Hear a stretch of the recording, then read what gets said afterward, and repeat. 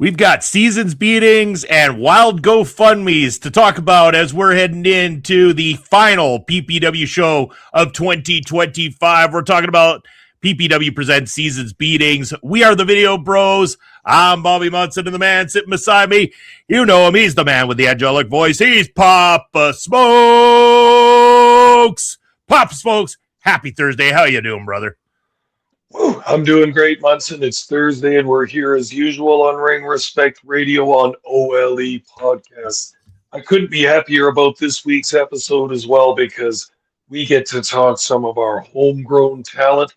This is our home away from home, our home production, our home, Munson, Prairie Pro Wrestling with Seasons Beatings coming up in 2 days on Saturday night. Man, how pumped are you for this show? I'm completely excited. I'm extremely excited, Pop Smokes. I can't wait to see all of the PPW Nation that are going to be there. We've got a great list of, regular faces that we've seen at PPW shows very regularly. We've got some new faces joining us for the first time at Prairie Pro Wrestling this Saturday. And, we might have some new faces in the chat here or watching on replay as well, too. So if you happen to be stumbling upon us for the very first time, Bob Smokes and I, we are your commentary team for Prairie Pro Wrestling. And right here on Ring Respect Radio, we talk about indie professional wrestling. We talk about the history of professional wrestling. And you're going to get a blend of both tonight because we're going to give a little bit of the background on the Seasons Beatings event itself while we're at it, talking about it going into this Saturday. But before we do, we got this message that just happened to come in here from the folks at Prairie Pro Wrestling, our hometown themselves. They're questioning me, Papa Smokes. They're questioning me, saying, for not liking El Asesino, Munson, you sure do feature him a lot on your show. And to that, I got to say, yeah, of course I do, because he's kind of edgy, he's kind of controversial, and despite the fact that he hates my guts and I have the same mutual feeling towards him, he brings us in views. At the same time, I'm not going to deny the amount of people that want to watch that displeasure between myself and El Asesino. Yeah, I'm sure that's exactly where your motivation lies, Munson, is you want to get more clicks by just leeching some of that awesome energy off of El Asesino. Trust me, he knows what you're up to, Munson. Everybody knows what you're up to. But he's got some interesting news and some interesting happenings going on these days, too, leading into Seasons Beatings. Man, this guy's got a million tricks up his sleeves, and I've been really chuckling over the latest one. It's going to be interesting. We're going to go over that very, very shortly with you all. Before we do, though, hello to the Mangler joining us once again, consistently here every Thursday with us. And hey, guys, happy Thursday. It is a happy Thursday indeed. Thank you for joining us, my friend, here on Ring Respect Radio. And here's a face we haven't seen around Thursday nights for a while. STG in the house. Bobby Munson versus El Asesino is the greatest rivalry in wrestling history. I don't know if I'd call it the greatest rivalry in wrestling history, but it's been a very interesting situation between the two of us here for the last quite a few years. Put some respect on it, PPW. yeah. All right. Well, one-sided, Munson. The last time you guys had a little rivalry 2 shows ago, look who was laying on his back beside the ramp there, just looking like he might never get up from that kick from El Asesino. God, did I laugh. And did I ever take extra footage as a cameraman with Ed Fries in mind, just of your twitching corpse laying there after El Asesino finally shut your mouth for good. That was awesome.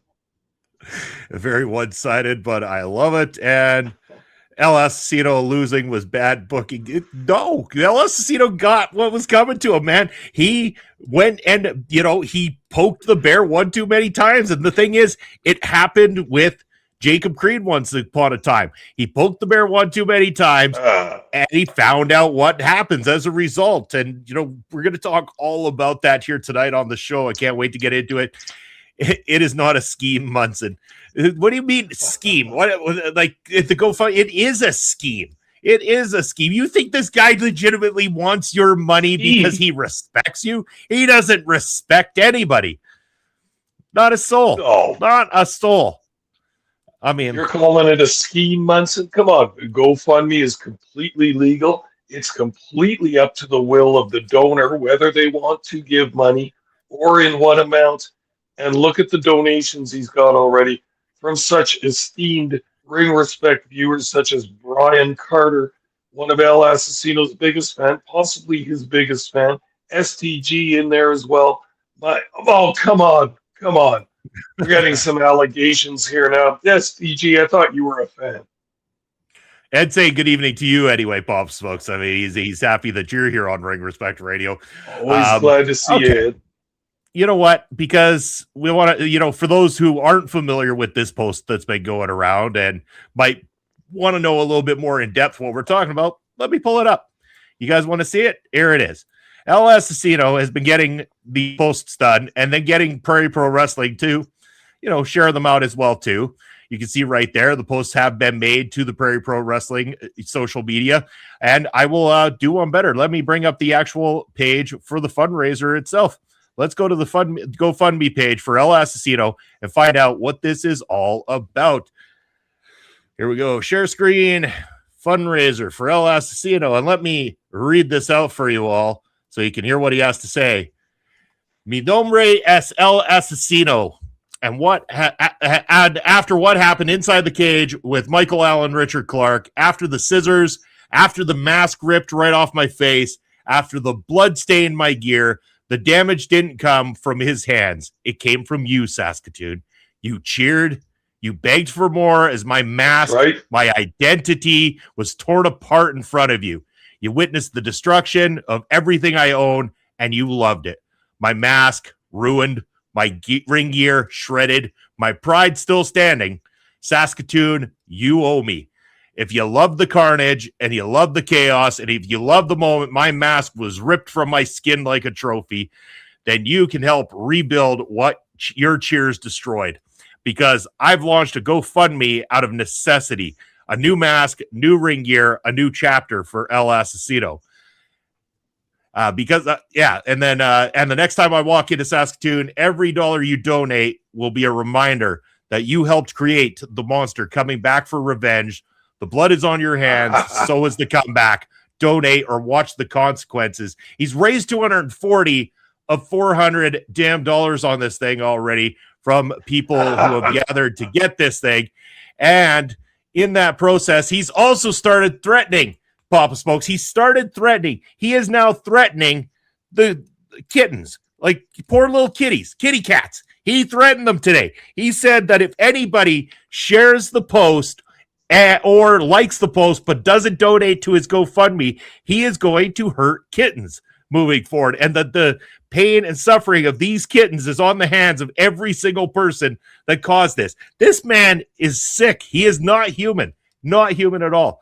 And what's STG saying now? I bet Anonymous was Bobby Bunting. Oh, bite me. If I was going to give that asshat money, I would have done it right to his stupid face. We got more faces in the chat, though, we need to recognize here quickly. We got NAR004 saying, hi, Papa Smokes. New listener here tonight. Appreciate you. BDJ's in the house saying, Asesino doesn't have the cash. No, he does not at all. And Asesino is always looking down on me, but I get to look down on him this time, Papa Smokes, because it's him that's begging. It's him that's doing all this. And you know what? I'll do you one better. You know what? I like that SGG brought it up that I'm anonymous. No, I'm not anonymous, son. I'm going to tell you what I'm going to do because I'm going to put it all on the line right now. He's already at $200 and something. He's begging for big money to come in for this stupid gear. Well, I got an idea for you, El Asesino. My feet are some of the most disgusting feet on this planet on the best of days. You know what? I don't even want to be around my own goddamn feet sometimes. But you know what makes them worse is when I've been standing around putting together all those chairs and sweating my bag off. When I've been putting the signs on the back of the chairs for every single person coming in that door. When I greet every single person at the door and I'm stamping in all of that stuff. And you know what? It's wintertime. So all the dampness that gets inside of there mixes up with all the just grossness that feet bring in the first place. I am going to collect all of that. And El Asesino, if you have the guts to do it, I will match the money that people are donating if you right in front of the entire PPW nation and on film so I can put it everywhere across this globe, get in that ring and kiss my bare-ass disgusting foot in front of everybody. Oh, come on, Munson. Yo, what are you talking about, man? I've said That's insanity. Oh. He wants the money, does he? He wants the money. I admire your gumption, Munson, but oh my God, that is never going to happen. Well, it's just like it's never going to happen that he'll never achieve the amount that he needs in order to get that new gear. So guess what? There's also paper bags, El Asesino. They work very well. You cut a couple of eye holes in them. You can walk on down to that ring and still get yourself beat the fuck up when you try to get into the wrong people's faces.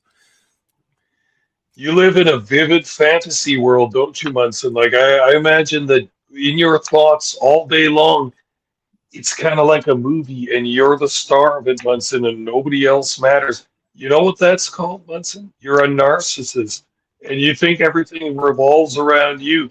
That's complete insanity. It's hilarious, but it's insanity as well. Can't wait to see El Asesino's eyebrows, at least through that mask, react to that kind of a statement. My God. I mean, to what you're saying, DJ, I mean, come on. I got to say, you know, raising $400 Canadian bucks is kind of difficult, though. I mean, let's not kid ourselves. Munson wants to hold this shit over El Asesino for the rest of his life. Sure. I have no problem doing it. As long as he's going to continue to be an asshat, I will continue to call him out every single step of the way for it. If he kicks me in the face 1,000 times again, I don't care because I am still going to call a spade because he lost a one-sided battle everywhere else right now. So that's where we're at. I mean, yeah. You barely survived that first kick. Dude, some of those vertebrae in your neck were rubbing together like goddamn rocks. It was, you had to wear that neck brace for weeks afterwards. Your jaw and your lip were all blue and purple for a while after that. I found it hilarious, but you can't want more of that. You really should not encourage more of that. Asesino is using the money to buy lifts for his shoes. BDJ. It's not the only thing that Asesino needs money to extend in his life, that's for sure. Munson sells kayfabe better than Tony Khan with the neck brace. How do you know that was kayfabe there, STG? Got to ask you that question, my friend. You seriously don't believe that I got my face kicked? You seen the clip? His neck snaps back like somebody in a car accident, like one of those crash test dummies in a car accident simulation. I mean, it was painful, don't get me wrong, but, you know, I'm always been more brawn than brains, and quite frankly, I will happily continue to say what I say in the name of justice. That's just it. I mean, El Asesino, again, I said I'd lay off for a little bit after the hell he went through in that cage match and everything, but he's just back to himself again. We haven't even got to the next damn show, and he's already running his mouth online and acting like everybody owes him all the damn time. He's the one that decided to cause this problem with Michael Allen Richard Clark that's been going on for years. He's the one that brought it upon himself. He's the one that set himself up to step inside that cage that night, and he got himself into a fight that he couldn't get out of. Michael Allen Richard Clark brought it that night like he's done in the past when you push his buttons just a little too much, and that's what Asesino did. He went to the well one too many times, Papa Smokes, and he got taught a lesson for it. And he got taught a lesson by a guy who, quite frankly, has been doing very well for himself in his career in professional wrestling. And El Asesino, again, wrong guy, wrong place, wrong time. He should have got his title shot, gone for it, went at it cleanly, and got it over with. But instead, he had to throw his little tantrum that he did at Lost Slam Toast, kick his feet, go around kicking everybody except for the champion, despite the fact that he had finally been given his title shot by PPW management that he so wanted. And he got himself into that cage match. He thought he was being smart because he was unbeaten in the gimmick matches over at the Ring of Horrors, and he thought that he had Michael Allen Richard Clark's number, but he didn't. He didn't. He got mauled inside of that cage. He got the worst of it in that fight with Michael Allen Richard Clark that night. Oh, Munson. Okay, first of all, you've had way more hot dogs than handshakes in this business, Munson, and that's for absolute sure. What hot dogs are you talking about? Oh yeah, like you don't know. But what you're doing right now is playing Monday morning quarterback when the show's already finished. El Asesino had a complete and total game plan going into the months even leading up to Ring of Horrors. You have to admire the mastery of it. Is he worked himself into that title match against Michael Allen Richard Clark by chess moves, by moving himself into position through those strategic attacks, through the attacks against PPW management. He basically strong armed the entire company into giving him that title shot. And how can Asesino strong arm an entire wrestling company by himself? Because he's the star of the show, Munson. He's the top guy, whether he holds that belt or not. He's the top guy in PPW. He always has been. Doesn't care about the cheers, doesn't care about the jeers, just wants the big payouts every time. And Munson, he's worked you and the PPW Nation, all of you guys, like marionette puppets this entire time because you guys didn't know what he was up to. Yes, he's a pro. He's had a long career. It didn't quite work out in the big match. Not every team that goes to the Super Bowl or the Grey Cup wins the big game. We know this. It didn't happen this time. But if you think he won't be back, and if you think he's not formulating a master plan to get back there in the main event against whatever champion might be holding the belt at that time, whether it's MARC or somebody else, you know he's going to be back. And you know he's got his evil fingers just working away at his plan the entire time. We're all just pawns in this game, Munson. El Asesino is the queen and the king of the chessboard. He's going to take his proper spot when the time is right. You can't even deny that that's going to happen at some point. I don't deny that he's not going to put himself back in the hunt for that title. He's not going to get into it immediately because guess what? We have other fish to fry before that ever can happen, and he's going to have to take a back seat to it. That was his opportunity. He's going to have to go to the back of, well, maybe not the back of the back, but he's going to have to go back a little ways. He's going to have to get himself back in that picture because right now the focus becomes the result of the Battle Royal from the Ring of Horrors. The result of the Battle Royal leads to the winner getting a Prairie Pro Wrestling Championship matchup, and that has happened now twice in a row. So the Ring of Horrors, the last 2 years, or previous year and this year, have now had the stipulation that the winner of the Costume Battle Royal gets himself a championship opportunity. Last year, that's what led Michael Allen Richard Clark to winning that championship. He won it at Seasons Beatings last year from Sheik Akbar Shabazz, and now he faces a little bit of his past, a little bit of a demon from his past. Now, I don't have confirmation it's definitely on this show because, again, card's subject to change. But if this Saturday it does go down and Jacob Creed of the Brotherhood takes on Michael Allen Richard Clark, let's not forget that these paths have crossed before. Long time ago when PPW was first starting out, it was Jacob Creed, it was Michael Allen Richard Clark. There was bloodshed. We couldn't get these guys to finish a one-on-one matchup with each other. There was a time we had to boot Creed's ass out the door because the amount of violence that was going on backstage and inside the ring when the attacks were happening on Michael Allen Richard Clark, and it led to the first ever gimmick match the Prairie Pro Wrestling ever had, and that was that unsanctioned fight between Michael Allen Richard Clark and Jacob Creed at what we called Episode 3, Revenge of the Mark, and what a fight it was, Pop Smokes. I mean, they took it to the limit, and it didn't end there. Because after that event was when we started the 4 rounds to the crown tournament to crown the first ever champion. And if you remember correctly, Jacob Creed won his opening matchup. He interfered in the matchup between Michael Richard Blaze and Michael Allen Richard Clark, costing Blaze the matchup, making sure that Michael Allen Richard Clark continued on because he wanted more of that fight. He wanted it more. And the only reason those two never crossed paths again until this very time was because A, they both ended up with injuries that kept them off the table for a little while. And B, because we had a certain little Bud-19 pandemic that kept the world shut down for a while. And when we came back, there was a lot of changes that had to be made to adjust to who was available at the time. But these two guys have been back. They've been at the top of the PPW ladder for quite some time with Michael Allen Richard Clark now 1 year as the Prairie Pro Wrestling Heavyweight Champion. And going into this, he faces that dark past. He faces the crazed cowboy Jacob Creed when the time is right, whether that's this Saturday or an upcoming show in 2026.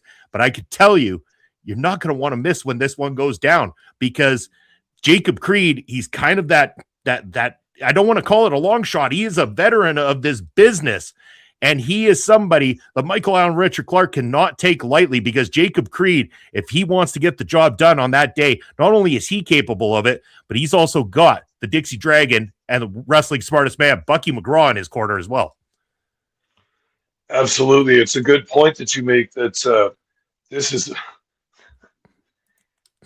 a feud that's gone on in the past from the earliest days of PPW. The first big feud that we had, if you recall, Munson, and I know you do because you edited the match and we called it.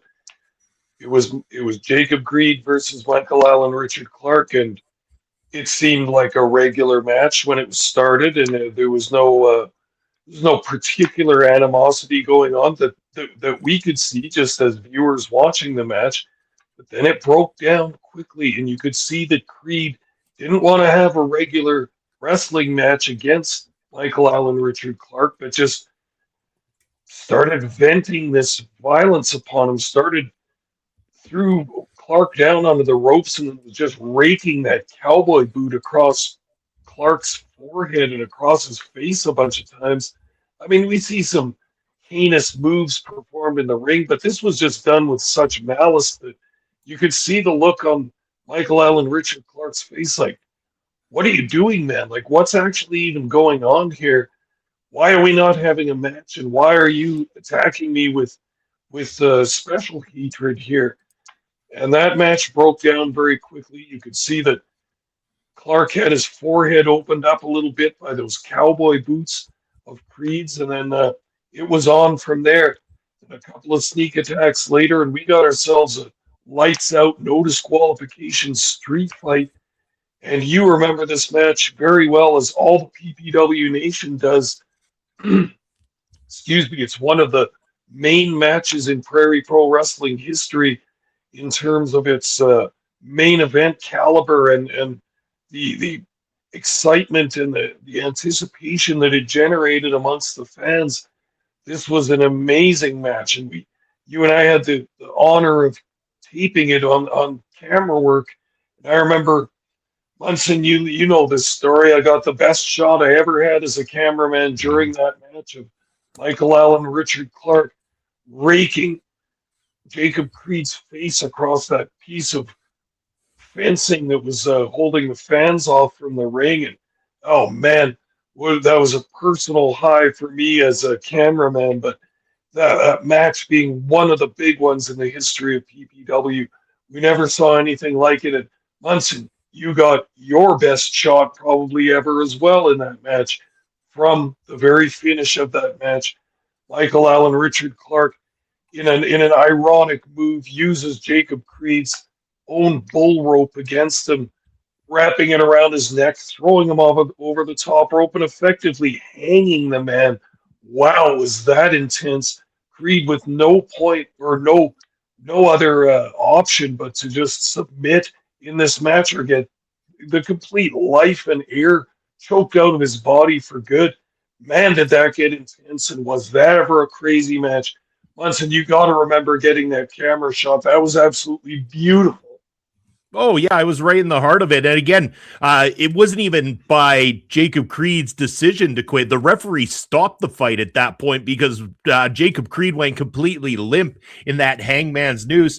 We'll continue on with that story after we say hello to our good friend Melball Collins, who's in the house. Melball, thank you for joining us. Good evening to you as well, too. Everybody who doesn't know, Melball does great work doing our Pro Wrestling Noah coverage here on the channel with Noah Unleashed, and has a great series, Get Ready With Me, where she does up different styles from different wrestlers and everything. Go check those shows out. Give some love to Melball. She does amazing work. BDJ, the Munson money shot. That one was, seriously, I've had some good shots that I've done in professional wrestling before, but that one stands out as one of those ones where I was right there at the perfect spot, the perfect placement for it. And at that point, it was like, it really was one of the standout moments, and still to this day, one of the standout moments in terms of what I've been able to capture on film for professional wrestling, there's no word of a lie. That was a fight, and it was quite the fight as well too. So I know the intensity that these two gentlemen can bring to the table. And again, I brought it up before, Pop Smokes, and I'm going to bring it up again about the Brotherhood. But before I do, I want to throw a little trivia at everybody here, just for fun, because we're talking about Seasons Beatings.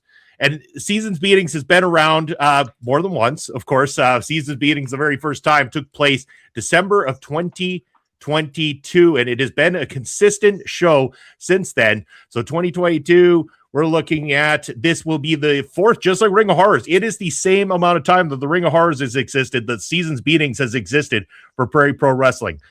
In the main event of the very first Seasons Beatings match. Hello, Basser. How you doing, brother? Happy to have you here.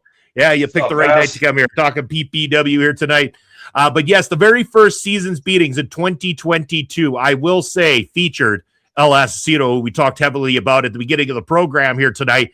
Who was El Asesino's opponent in that main event matchup that night at the very first Seasons Beatings event? And I want everybody in the chat to give me who they think it was. And then I'm also going to check in with Pop Smokes to ask him who he thinks it was as well, too. So, yeah, I told you I'd blend a little history here tonight as well, too. But I'm also throwing in that flavor of that trivia because, you know, that's got to be around the corner for us here on the show, too, Pop Smokes, rolling into December. So, yeah, it's an interesting one, but I want to see what the fans come up with. I see BDJ's already throwing an answer out there. And we'll get to that answer very shortly, but I'm definitely going to pick your brain. Everybody in the chat, just feel free to name anybody on the PPW roster who you thought might have taken on El Asesino that night at the very first Seasons Beatings. I also want to mention, too, while we're waiting for those answers, that there is the annual toy drive that we've been doing since the very first PPW Seasons Beatings. So we encourage everybody who's going to be there live at the event this coming Saturday to bring a toy, bring several toys, anything you can to donate to those less fortunate this holiday season. It is something nice that Prairie Pro Wrestling has done every single holiday season, and I'm glad we do it, Pop Smokes. It is something nice that the company does for our community. Oh, absolutely. And if you have extra, you should give to the people that have none. So bring down a toy. And are we taking food, Munson, or is it just toys this time?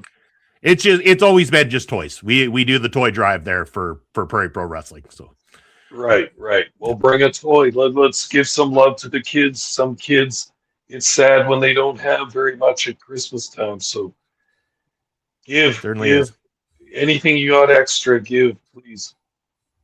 All right. Well, I've got BDJ's answer. I think we'll just we'll go over to picking your brain here, Papa Smoke. So curious if you have a educated guess as to who El Asesino's opponent was in the main event of the first Seasons Beatings fight.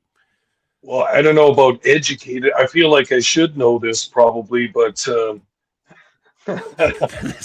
this right here. Yeah. That's awesome. Yeah. It's going to be a guess, and I'm going to go with someone who used to buzz around the main event around that time, and I'm going to go with Colton Kelly. Ooh, Papa Spokes, you're so close there, my friend. You're so close, but you got the wrong Kelly. That's the problem. It was Cannonball. They were locked in that feud because, again, that's when they started kicking off into things that inevitably led to the second Ring of Horrors event, which would have been the chairs matchup between El Asesino and Cannonball Kelly. So, yeah, BDJ. BDJ knew his Seasons Beatings here tonight. Thank you, BDJ, for your answer. BDJ's hitting it out of the park today, I must say. Yeah. But I want to go back to the situation with the title picture, because if we do see Michael Allen, Richard Clark, and Jacob Creed, how much of a factor does the Brotherhood play this time around? Because they were not in the picture when it came to the last time these two were feuding with each other. And now this time around, Jacob Creed has got the Dixie Dragon and he's got Bucky McGraw on his side. Will they play a major factor in this situation? Well, yeah, that's an interesting point you bring up, Munson, and I got to go with my gut and say definitely they'll play a part in that.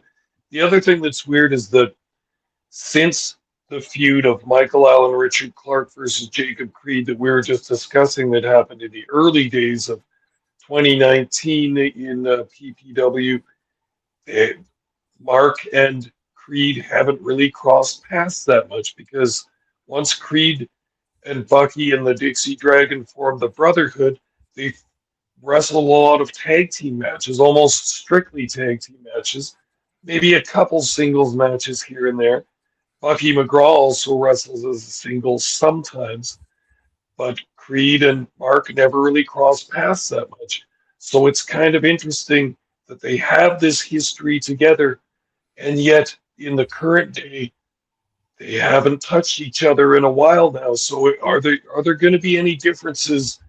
Of course, wrestlers always evolve in their styles. We've watched both these wrestlers change a little bit. They always learn a new hold or a new move here and there. They change up their attack. They change up their defense a little bit here and there just to throw their opponents off guard. So how familiar will they be with each other? Certainly, there will be a certain amount of familiarity. These guys have laid hands many times before. However, it's been a while. So that, I think, comes into it as well. Creed now wrestling some singles matches, and he's devastating in both kinds of matches. But as a single, when he just relies on himself, he's very, very tough to beat. He hits with those big kicks in the corner with those cowboy boots. He's devastating. And Michael Allen Richard Clark, a uh, big strong wrestler, a guy with a lot of good moves. But Creed's bigger and Creed's stronger than Michael Allen Richard Clark, and I don't think he's used to that in the ring. So it's an interesting matchup in a lot of different ways. How is Clark going to be able to deal with that strength and that intensity of the redneck Creed? And same thing with Creed. When he faced Michael Allen Richard Clark, it was a different wrestler back then. Now Clark's risen to the top of the company, to the top of the main event, and has that champion's edge. He has that champion's uh, uh, charisma and also confidence as well.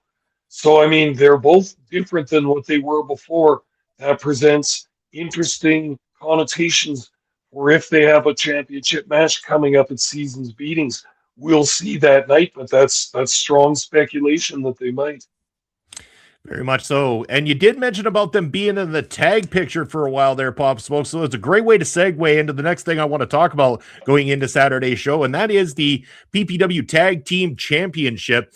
The current champions and the first ever champions, the Short Kings, who have done nothing but anything less than a remarkable job of adding prestige to those titles, defense after defense, more defenses of a PPW championship within a single year than any time a PPW championship has ever been defended in our history. This is quite impressive what they have been able to do in just that year's time. Just over a year now as the champions, going into this off another victory over Prairie. Where do we see the tag team title picture going this time out? You know, Prairie, I know will want another chance, but they've come up short a couple times now. It almost feels like they might have to prove themselves to get back in that picture one more time. You talked about the Brotherhood. We've seen the Dixie Dragon and Jacob Creed go after the belts, but we've also seen a couple times that Dixie Dragon and Bucky McGraw have teamed together as well, too. Is there a chance that maybe the Brotherhood will lay claim to that version of their tag team going for a title picture? Or do we start looking at one of the other teams that we've seen? You know, King Richter was sniffing around for a while there in the scene. Do they make a claim to want to take a crack at the PPW Tag Team Champions? Where do you yourself, Pop Smokes, foresee the title picture coming up this Saturday? And I want to know from you, the fans, who would you like to see take on the Short Kings in Prairie Pro Wrestling? Yeah, it's impressive the reign that the Short Kings have had. They just came into this tag team division like a hurricane and just ripped through everybody. It was quite impressive because we had a strong scene going here with the Brotherhood and also the Clandestine Society, Stephen Crow and Michael Richard Blaze.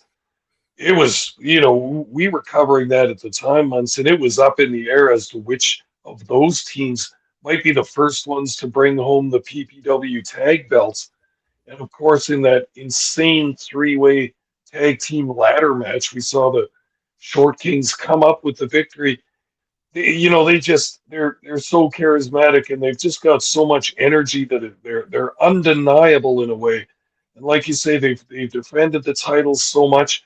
They're fighting champions. They have that confidence that they bring to the ring, that they're gonna defend those belts every time.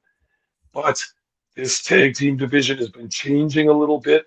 It's got some new blood in it. It's got some new excitement to it. So the Short Kings had better be on their toes, because not only do we have King Richter and a few other younger budding teams that are coming up, but Paralira, now Virat Gorani and Sheik Akbar Shabazz, two veterans of the Western Canadian wrestling scene. They've been in this tag team in other companies in other cities across Western Canada. Paralira, they're a very strong, as their name suggests, a paramilitary force in PPW. And like you say, they've come up short a couple of times, but there's no questioning their ability. There's no questioning their desire. And I think all Paralira needs to do to be successful and to maybe take those tag team titles is to get another opportunity and polish up that game plan. Those guys are veterans. They know where they fell short last time. They know the mistakes that were made. They know the shortcomings that they had as a tag team, which didn't allow quite for the big win against the Short Kings. They're gonna make adjustments like any good sports team does. You fall behind in the first half, you have that meeting and you make the adjustments that it takes to win the game. And I have faith that Virat Gorani and Sheik Akbar Shabazz are enough of veterans in the wrestling game and enough of ring generals that those guys have been to the top and to the bottom before. They know how to get out of a hole if they're in one. They know how to rise to the top. They're going to polish that game plan. They're going to figure out the Short Kings. I think they're the most likely candidate to come up with the tag team titles. And the Short Kings better have eyes on the back of their head, because Paralira is coming for them. They certainly are. Yeah, I can't deny that at all. And again, we can't discount the fact that Sheik Akbar Shabazz, a former two-time Prairie Pro Wrestling heavyweight champion, the only two-time Prairie Pro Wrestling heavyweight champion, and he still makes that claim, and he rightfully can, the longest reigning Prairie Pro Wrestling champion in the history of the company, and that goes for any title. So we know he knows how to get the job done. We know that these two can get the job done because they're also the only ones to hold a tag team victory over the Short Kings in Prairie Pro Wrestling. In that non-title fight, they clearly beat the Short Kings in that situation. So we know they are capable of getting the victory over the Short Kings. Does management give them one more crack at it? Is somebody else going to get to step up to the plate at Seasons Beatings? Really, outside of waiting a elongated period of time for those matches to release on YouTube, there's a single way you can find out. That's to be present with us this coming Saturday at Prairie Pro Wrestling's Seasons Beatings. And the only way to do that is to make sure you book your ticket for the show. Reach out to us on social media to get in, or you can stand outside in that bitter Saskatchewan cold that we're supposed to have this coming Saturday and hope to find your spot. Yeah. Pay an extra $5 for your standing room ticket. Yeah, I mean, that's your choice. I'm not going to tell you what to do with it. I'm going to throw a real curveball here with the Seasons Beatings history while we're at it. How about the main event of Seasons Beatings the second time around? Who was the two gentlemen featured in that main event matchup? I will give a bit of a clue.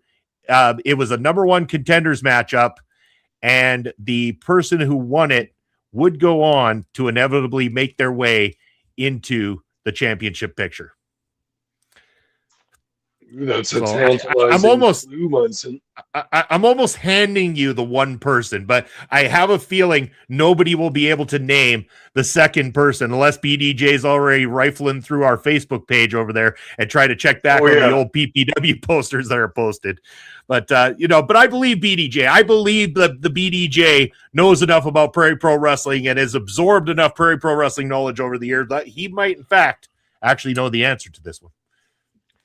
Yeah, he just might, Munson. And don't ever forget the BDJ's a veteran of Saskatoon wrestling. He's been going to the matches for a long time. He's gone daddy duty a lot these days, but he'll be back to PPW, no question, and he'll be bringing the next generation of the PPW Nation. Now, two little kids, both I have the feeling are going to be fans of the wrestling.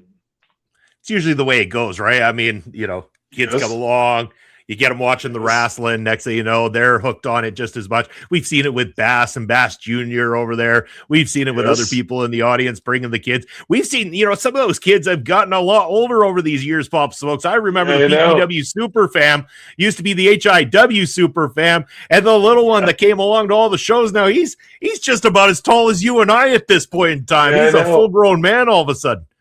I know. It's wild as the years go by, and there are lots of funny kids that we know. Of course, we know Anna. She's gotten so much older since she's been coming to the shows, and all the fun little kids that come and everything. And there's the little guys that flip the double bird at everybody too. They're getting bigger every show too.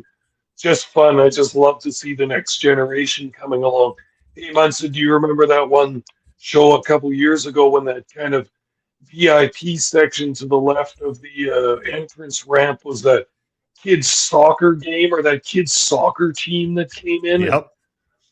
how old were those guys? 10 or 11 or something like that. Those little guys had an awesome time at that show. And I had fun with them on my side, and I got some shots of those little guys. I don't think they knew quite what was going on, but they were just loving. I don't think those guys knew that there was wrestling that you could watch live in person. I'm sure they'd seen it on TV, but they were just loving it and up close to some of the action. And that's just a good feeling. I love it when the young people are out having fun at PPW. I agree. Yeah. Looks like we're not going to get any answers in the chat here, Pop Smokes. Do you want to take a crack at who you thought was in that main event of the second Seasons Beatings event? Number one contenders match. So what was it? You're asking me what this was? It Just was asking if you could figure out who the two were in that match going for the number one contender spot. okay. Well, I believe that it was the Sheik Akbar Shabazz versus. Okay. Actually, no, I'll pull back one. Sheik was still champion. Oh, of course. Yes. Oh, okay. Well, now I got to go back to the well here. Okay, let me think for a second. Are there any answers in the chat that you have to go to? No, there was none in the chat, actually, so nobody in the chat wanted to take a crack at this one. This one's kind of it's a little bit of a curveball, an unexpected main event at the time, but kind of has some reasoning behind it as well, too, for why these two gentlemen were in the number one contenders spot, which I will tell you about in just a moment here, but kind of curious if you rethink it just a little, Pop Smokes, even if you can get one of the two, I'll give it to you if you get the one right for sure. I just kind of curious if you can get any of them. Come on, man. You and your curveballs, Munson. I'm supposed to remember this. I probably watched it and then filmed it and then called it, and I probably should remember this, but this is going back a couple of years now. Just think, Sheik's still champion, number one contenders match. I'll help with a little bit of the history. The one guy in it just had two shots at Sheik and almost came up victorious against him. At the very next show, he wanted a third matchup, but we had a returning person coming back from injury who had already previously won an opportunity where he was supposed to fight the champion. These two then took part in a match that show that went to a double count out that inevitably led to Gus getting to Seasons Beatings, where they had a number one contenders match against each other, and the victor of that went on to wrestle Sheik in a very, very big matchup. Okay, well, this is ringing a bell now, and one of the guys then was Tony Novak, was it not?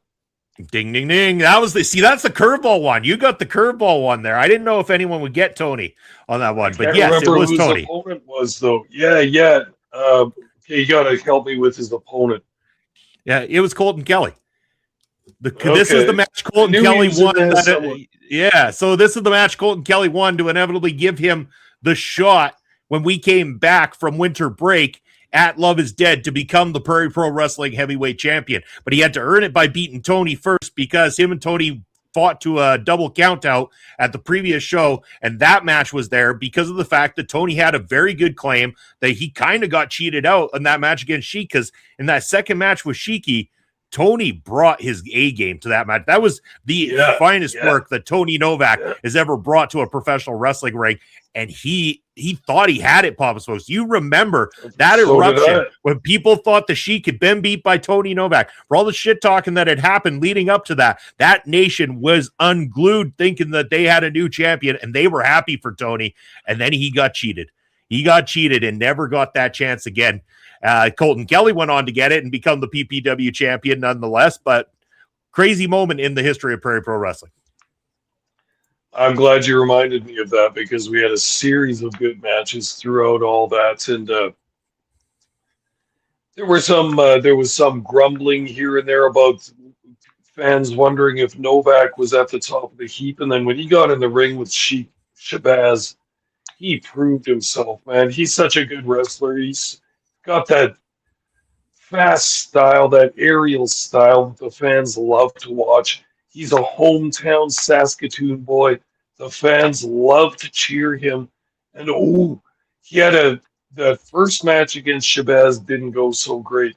Shabazz tossed him around a little bit. It was a little one-sided, but just like I was talking about a couple minutes ago, Munson, Novak watched the tape of that.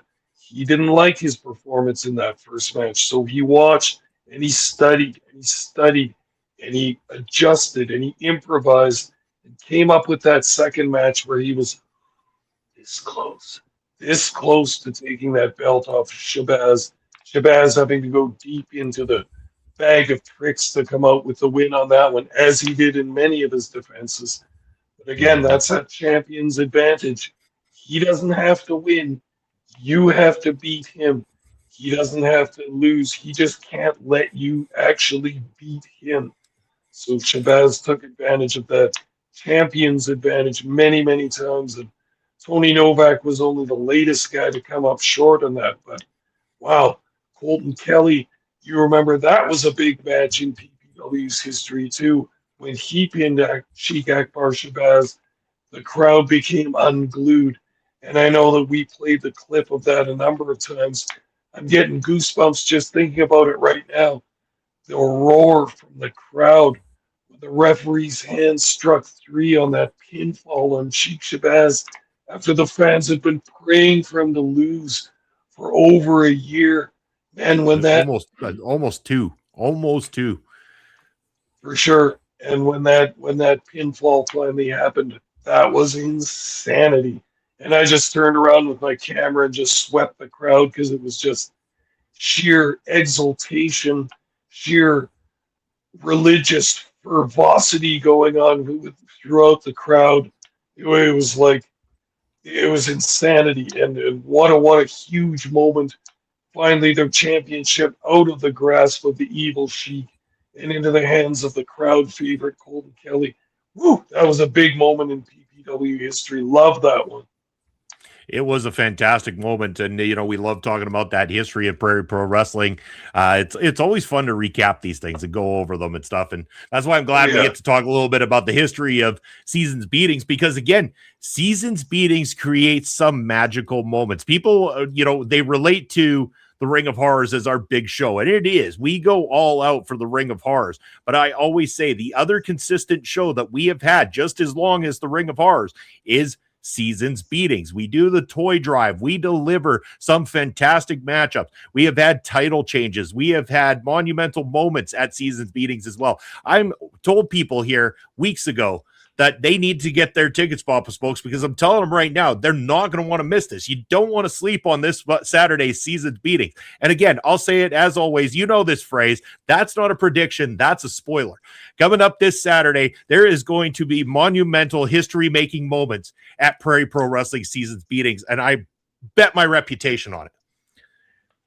I got to agree with you there, because we've been talking so much in the past months about the lead up to Ring of Horrors, but I've always said, and just like we've been talking about the history of Seasons Beatings, this is a big show too. The Christmas show is a big one.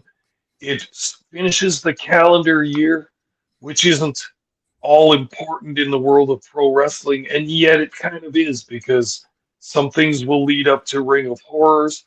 There will be a backlash in Seasons Beatings, and then we have a little bit of a wait to the next show in February. And so this is a big show and a climactic show for the year. It's going to be great. There will be some big moments in it, I guarantee. You bet. And the Mangler coming in with one of my favorite quotes of the night. May peace find us all this holiday season. Just kidding.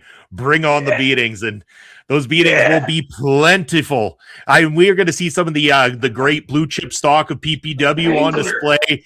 We're going to see a bunch of great wrestlers coming in from all across Western Canada to be on display here for you this coming Saturday. I can't wait, Papa Smokes. I know it's going to be exciting, and more exciting than anything, I can't wait for one more opportunity to be amongst all of you, the PPW Nation, greeting you at the door, coming up, wishing you a happy holiday season and everything like that. I really thrive upon that opportunity to be amongst the PPW Nation. It always gets me jazzed up, gets me rocking, gets me feeling good. I'm excited for this coming Saturday, and I believe we can both say the same.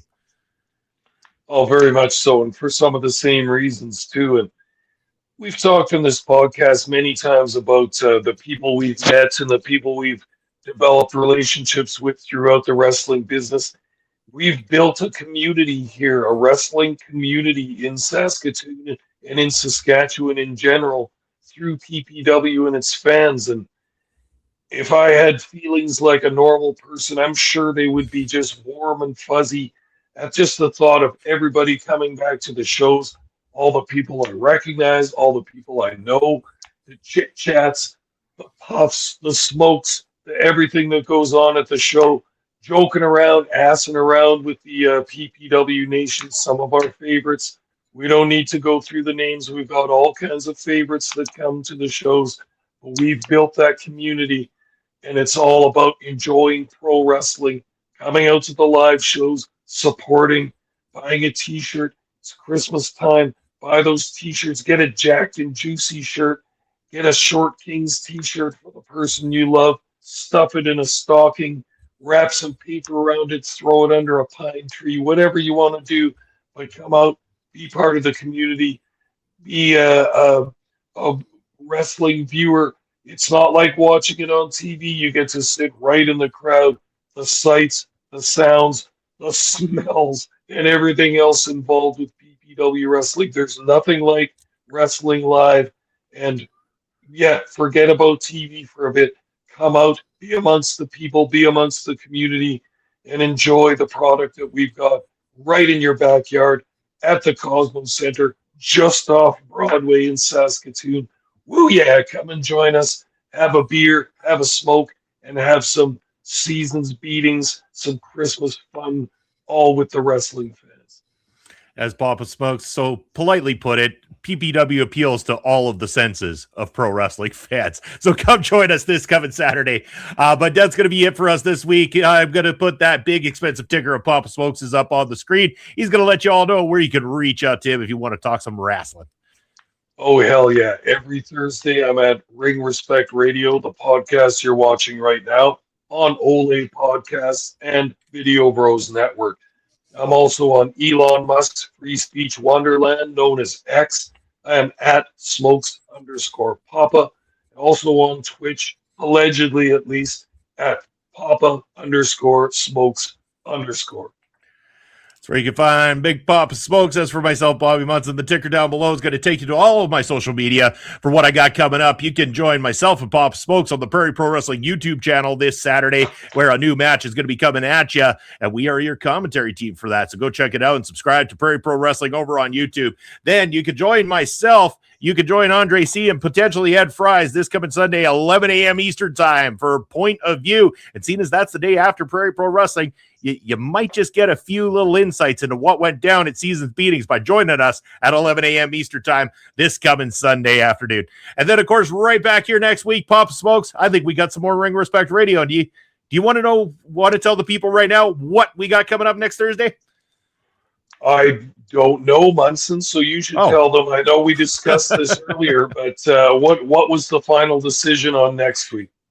Next week, it's Papa Smokes' and Brett Martinez's absolute favorite. It is a return to a trip through the territories coming at you next Thursday night. So join us for that, or a little bit of pro wrestling history right on the channel. And where can you find it? You can find it on the Video Bros Network, or you can find it on OLE Podcast. That ticker going across your screen right now is going to show you all the social media of OLE Podcast, where you can follow us along there. And you can also then join us on YouTube and or Twitch, where if you've enjoyed the entertainment that you got tonight, we ask you to click the subscribe button down below, turn on the notification bell, give the video a thumbs up, and leave a comment in the comment section below. But that's going to be it for myself and Papa Smokes this week on Ring Respect Radio. We appreciate everybody who joined us in the live chat and everybody who's watching on replay. We appreciate you all as well, too. And if you're a PPW fan and you got your ticket, we will see you Saturday at the show. Until then, bye, everybody.